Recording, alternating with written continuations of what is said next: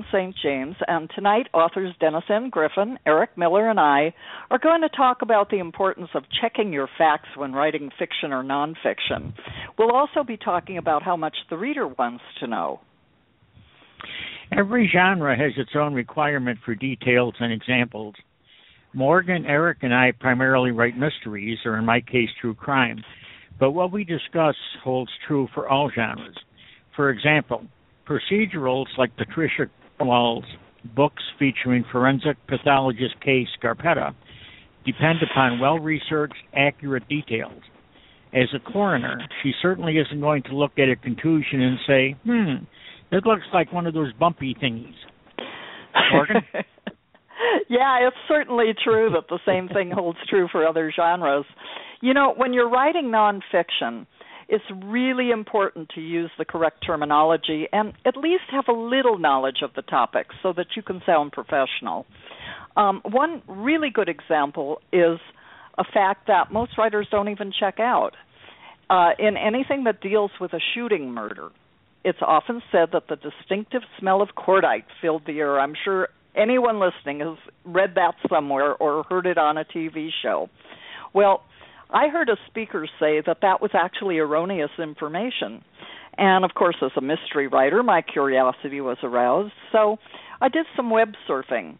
Well, what I discovered is that cordite has not been used for many years, and the only way there'd be a smell of cordite in the air is if the bullets were old. And many gun enthusiasts would know this, so, you know, they might be reading that or listening to it in a live broadcast or movie and say, they must have been using old bullets, or that's impossible. Eric, what do you think? Yeah, that's really interesting. I know I've read some books that mention the smell of cordite in the air, and I remember you telling me once that you found an article written back in 2005, 2006, posted on a website called Shooting Shack. And the surprising thing is that I've seen this cordite error written in books even by, what's called A-list actors, for even plots in the present day. Of course, if maybe you're writing a temporal piece or, a time-setting piece, then using the correct lingo for the era is important. But if it's set in the present day, you really want to stay true to your facts. Now, Denny, as a former investigator, have you run into this cordite legend? As a matter of fact, I have. And a lot of ammonia, along with other chemicals, was used when cordite was the propellant. That gave it that strong, unpleasant, but certainly identifiable smell when the cartridge was fired. In the modern-day manufacture, however, a totally different propellant is used, and the smell bears no similarity to the old cordite. All right. Well, so Morgan found some accurate information from one source, but how much can an author rely on just one source? Even in today's era of the Internet and everything, there's a lot of unsupported information out there on the web now, isn't there? Well, in my opinion, the web can be your best friend for research, and it can also be your worst enemy because of the unreliable, unsourced, unverified information. The good news is that there's so much out there, both good and bad. An acceptable way to do your research is to check several sites to look for a pattern, and also check reader comments, see if they've been made by people who either dispute the post or seem to know what they're talking about. And before I move to Morgan, I just want to say that I never owned a computer till I started writing. Of course, that was many years ago. But the web just awed me. And I, for some reason, when I first started doing the surfing bit, thought everything was accurate. I mean, I thought, man, these are probably all scholars and stuff that post this information, and it's all gold. Well, I found out because I made an error and I took something as solid without double checking it, and that turned out to be a mistake. It didn't kill my project, but I had to do a substantial turnaround and go back and when I realized my mistake, and go back and verify the information, come up with the correct information. So it's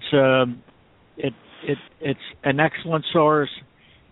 If used properly, it can also be a minefield if you don't check and double check and make sure you're getting information off a good, reliable site.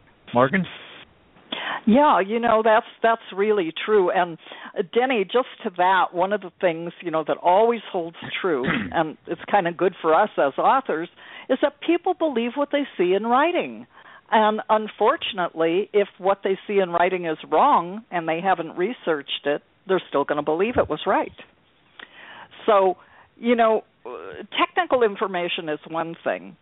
But then we have, as authors, we have the situation where we have to research locations and types of businesses, standard lingo for an occupation, food indigenous to a region. And, the list just goes on, and there are so many minefields just waiting for the author to step into them. I mean, you get something wrong, somebody knows about it, and boom, it blows up in your face when you see these nasty comments on Amazon. And, as far as researching locations, it's really great if you can find someone who's actually been there, if you haven't actually been there. And you can get their feedback in addition to reading travel articles and commentary and even looking at photos. Photos are wonderful, but who knows when they were taken if you don't know if they're recent or if they were photos from another era. And another great resource for the feeling of a place are watching TV shows like Rick Steves. He's made a career out of doing travel shows all over the world. And, it's not like somebody on a tour bus looking at native in their natural habitat. He actually goes into out-of-the-way locations. He talks to the people. I've heard Rick Steves lecture, and he can really fill in a lot of flavor about an area. And he also has books that are written the same way that he does his TV show, with lots of reality. So, those are things that are really important, to get those details right, because if you use the wrong language, if you put something in a wrong location or give it the wrong atmosphere and feeling of what it actually has, if you have people eating food that they'd never eat in a certain place, I mean, there are just so many things where fact-checking is really, really important. What I found when I do true crime is I'm generally writing story for another person, a person who's actually, I'm telling their story. And a lot of the people I work with, they remember certain things, but they're not quite sure of a name or the spelling of a name, or they're not sure of a date. They can put it in a ballpark, but they can't pin down a specific date or time. And sometimes the location, they know the city, obviously, they can't remember if it was the such and such lounge or the such and such club. So what I do in those cases, I will get potential names of a location, such as a business, and I will research to find out if both of them or all three of them, depending on how many names they give me, exist, if so, where they were located, and what years they're in operation. Make sure they were in operation during the years that we're talking about. And if I can get back to my writing partner, I will then say, okay, here's what I've come up with. This is the place, this is the name, this was the location, and they opened their doors in such and such a year. Are you confident this is the place we're talking about? And if there's still any doubt, I will either not use a name. If the name isn't necessary to advance the story, I would rather leave the name out than open myself and my co-author up to a lot of criticism. And it's not just the criticism for that one issue, but when readers find an error, then they question your whole book. Everything then is, well, I wonder if this is right. He screwed up on this one. I wonder if this is true. So if I determine that I can't positively with certainty verify that my information is correct, I will not use it, or if it's something that's necessary to advance the story, I will inform the reader that there are conflicting accounts for that incident, and they are such and such and such and such, and I let the reader make up their own mind which one they want to believe. I don't try to convince them of something that I'm not sure of. So, but again, minefields, as Morgan said, these are minefields that are out there, and if you're not careful, you're going to step on one of them. Yeah, that's so true, Denny. You know, as you were talking, I was thinking about the book that we co-authored that didn't get published under our names, that had a lot of conflicts like that. And oh my God, yes. We spent hours and hours and hours justifying information, correcting information when the person remembered something and then they remembered that wasn't the correct memory. And then we'd be back in checking and checking and checking. And it just took hours of research to put together the manuscript that we did. And I'm sure you remember that fondly, Denny. Fondly is right. As you can tell, I'm being a little bit facetious today. But, you know, I can't tell you how many times I've caught inconsistencies in other people's work. And there were two that particularly came to mind while you were talking. And I've actually mentioned them in other broadcasts and in articles because they stuck with me so much because they were so off base. And, of course, the larger majority of your readers won't have firsthand knowledge, so they probably don't even know that you goofed. But that's no justification for slacking off on accuracy, because you have to think about that other percentage who will catch you in misinformation. And like you said, Denny, that affects your credibility as an author. It affects how people believe what you write, even if it's fiction, and how your book will be mentioned to others. And, I mean, let's face it, we all rely on word of mouth to tell people about us as authors and to talk about our books. And you sure as heck don't want them saying, oh, man, that book was such a mess. You wouldn't believe what they came up with. So... You know, I mean, I've done that, but as an author, I extend courtesy to other authors, and if I talk about some of these instances, I don't mention their name or the name of their book. Morgan, do you have any other, like sort of the cordite instance where you caught something because you just knew from experience that it was way wrong? Yeah, there was one that it falls into that category I was just talking about, where it is so off base, and I have done the author the courtesy of not, you know, taking a lob shot at her or the book. But, I guess it was a couple of years ago. I read a book, or actually I listened to it in audiobook first, and then I bought a used print copy just to make sure that I wasn't misinterpreting what the audiobook said. And man, I wasn't. This book took place during the High Point, North Carolina Furniture Show. And High Point Market Week is held twice a year, and it's one of the biggest trade shows in the industry. Everyone in the region and actually in the United States knows about it. And I was in the interior design business for about 20 years. I never went to the High Point market, but I did go to many exclusively open to the trade marts in other cities, and they're all somewhat similar. Merchandise Mart in Chicago is probably the largest, but the entire premise and the plot were so off base.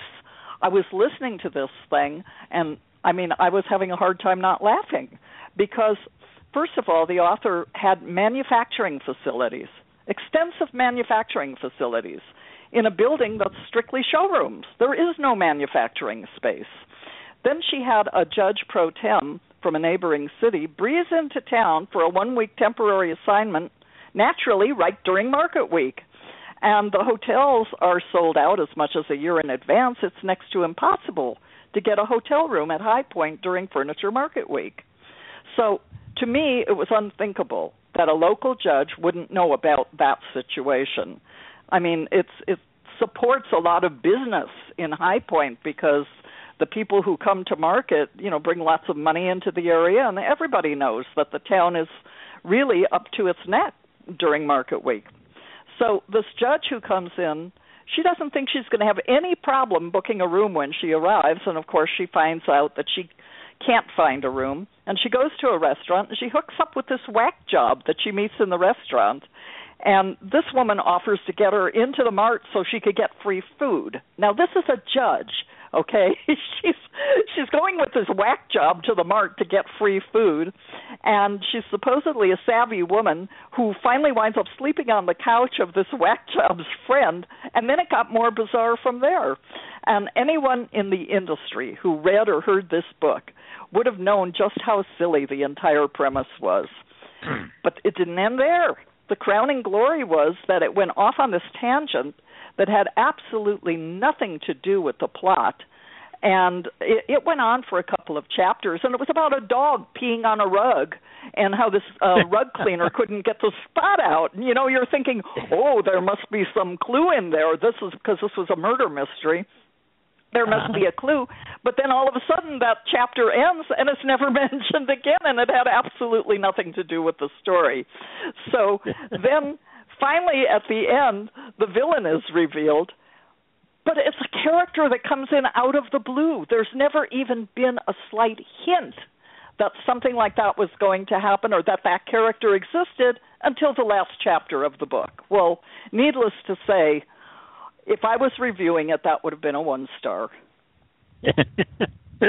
Well, I had a book. It was that I read.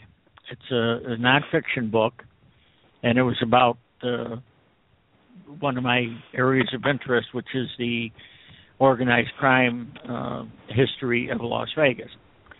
And one of the subjects I've written about in a couple of books is named Tony Spilatro, who was the Chicago outfit's enforcer in Las Vegas, sent to Las Vegas.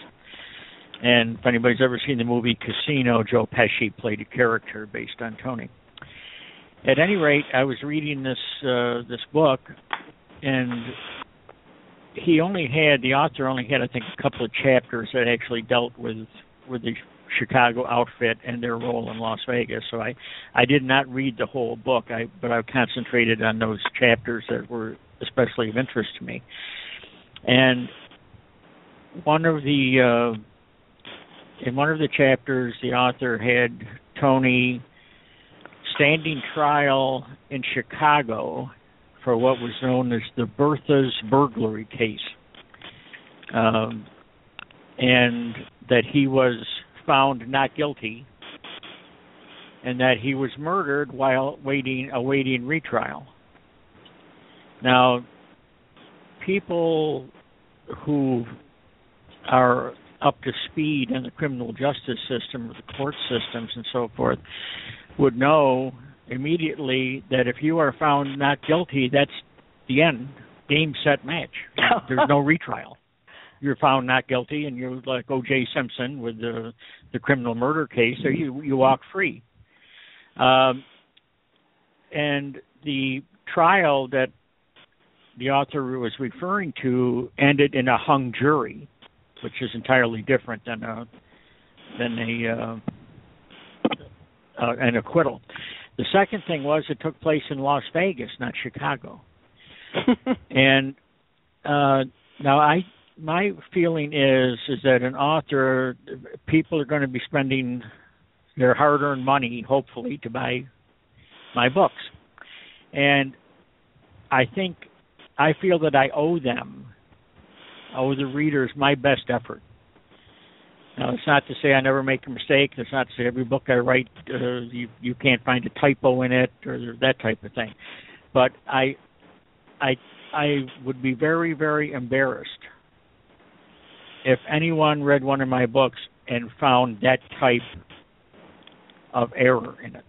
I probably would never write again. I would be so embarrassed. So, well, you can't do that, Denny. I need you to write with me.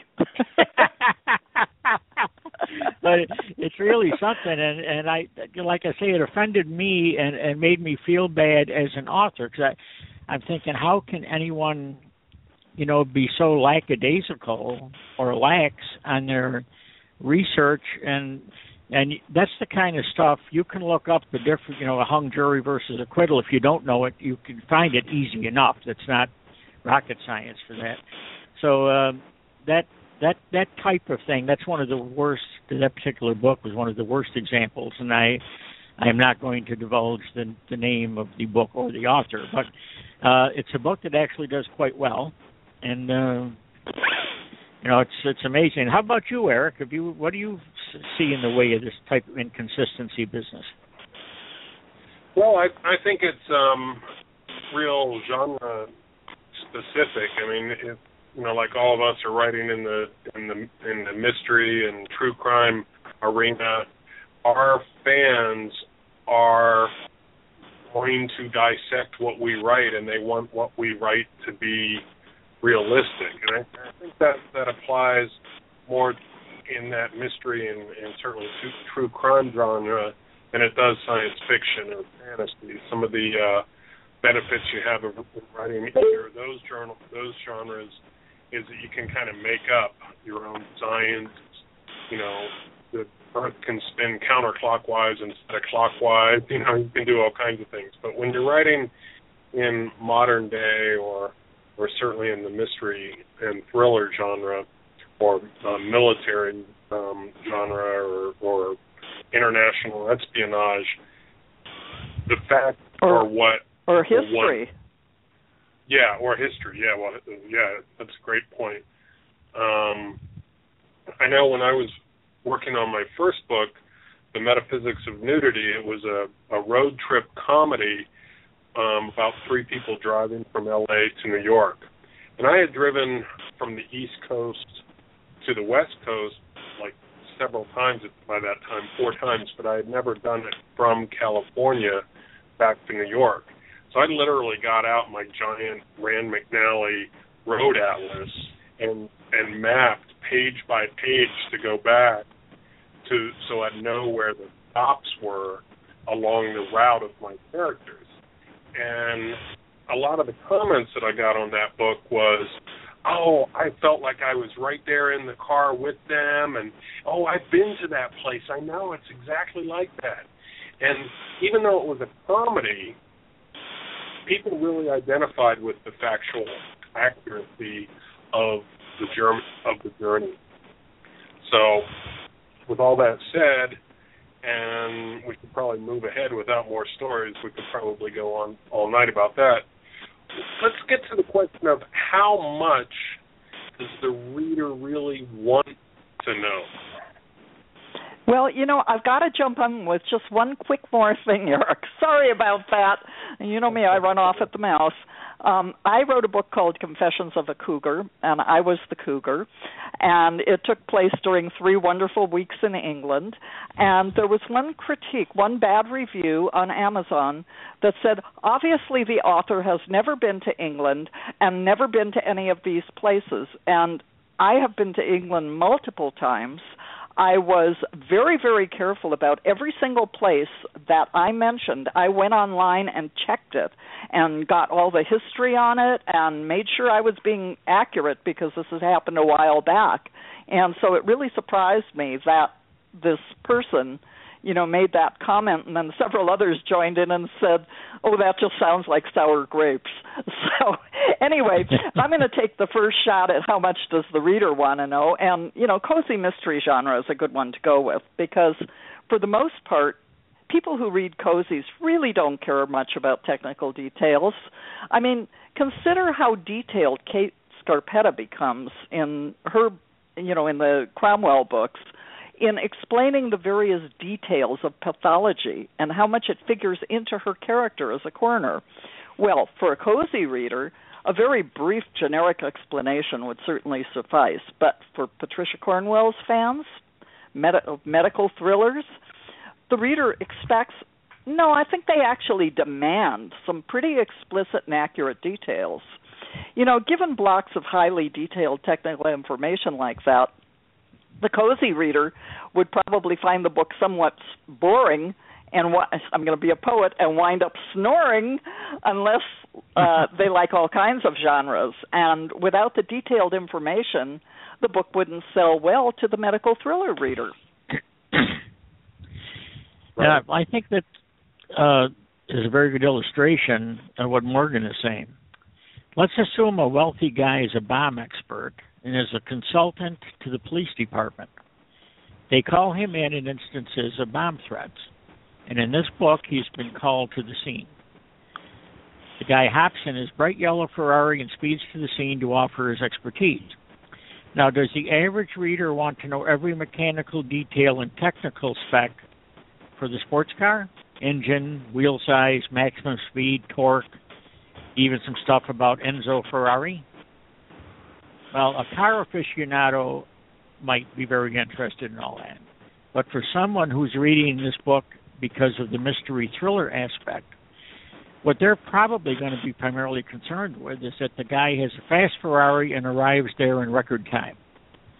So the real focus, I believe, should be on his experience and expertise as a bomb expert, and perhaps how this rich guy began working with the police department, and if there's some background on how that association developed. Well, that brings up a good point, because we always have to be aware that we have to propel our narrative forward, and we don't want to get bogged down with a bunch of details, and getting too many facts into the story can actually slow down your narrative and really turn your thriller novel into a history lesson or a car lesson or a gun show lesson. So that's the real dance.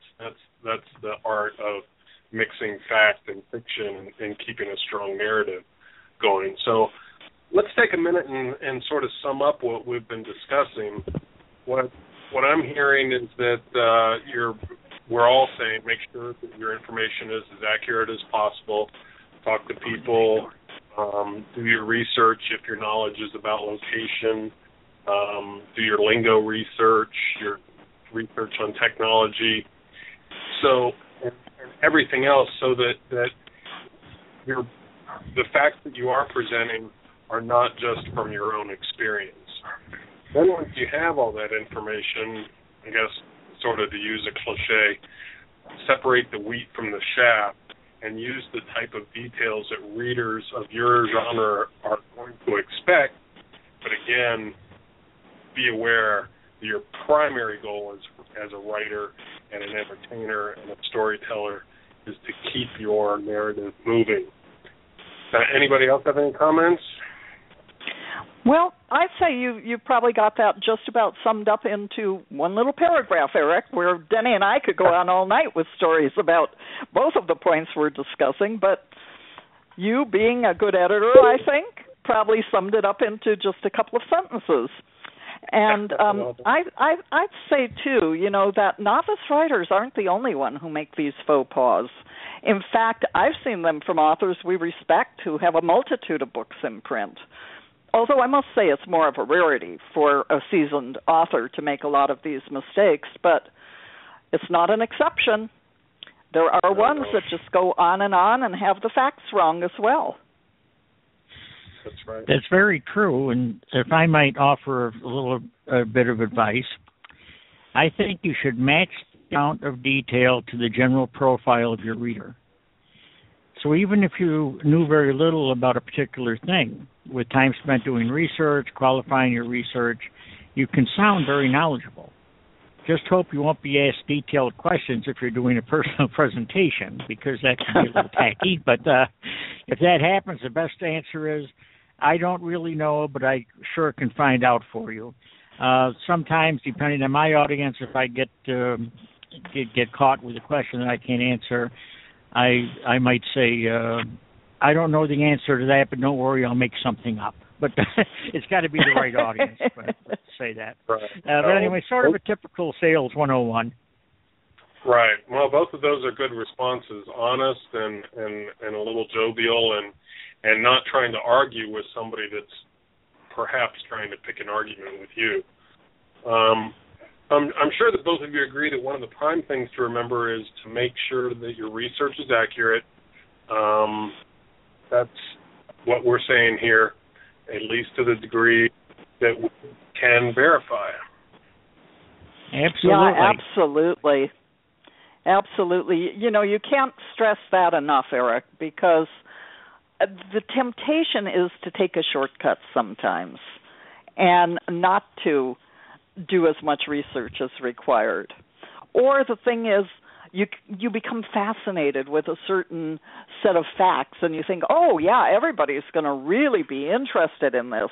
And you go on where a good editor would go in with, well, in the old days with a red pencil, now with the delete button, and just cut out the majority of it because there are things that the reader doesn't really care about. And, you know, like we said on the website for this broadcast, in the old Dragnet show, Joe Friday used to say, "The facts, ma'am, only the facts." But when a reader's, is creating a book or a story, part of the process is that they do have to check the facts, but they do have to know how many of them to use. So that I think we've pretty well covered the topic. You know, in my book, Writer's Tricks of the Trade, of course, we've got the Writer's Tricks of the Trade brand here with the book and the website and the e-zine and now the Blog Talk radio show, all good sources for writers to get information. But what we've been kind of doing is working through the topics in some of the chapters in the books, the ones that we think our listeners will find interesting. And I've gotten a lot of good feedback on it, and so we have many more topics coming up in the future.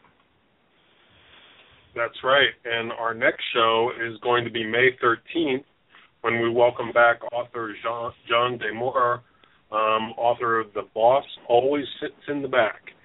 And John's going to be kind enough to share with us how he has successfully marketed a self-published book and give us some insights on to why so many authors are now taking this route. Yeah, you know, I just exchanged emails with John today as we're developing the format for the show that he's going to be on, and he's done some incredible things. He's a very aggressive marketer, a very personable guy, and I think that the things that he's going to share will really be valuable because they're not, as I used to say, book learning. They're what he's actually done that have resulted in successful sales, and it'll be definitely a worthwhile show to listen to. So do we have anything else to say on the topic? We've got a couple minutes left. Anybody? No, I think brevity is, what's that old saying? Something about brevity. So, brevity being good. Yeah, so with that said, we're going to say good night. We're going to say God bless all of you, and listen to us on May 13th when we will have Jean D'Amour as our special guest. Good night, all. Good night. Good night. Good night, everybody. Good night. Oh. Who's...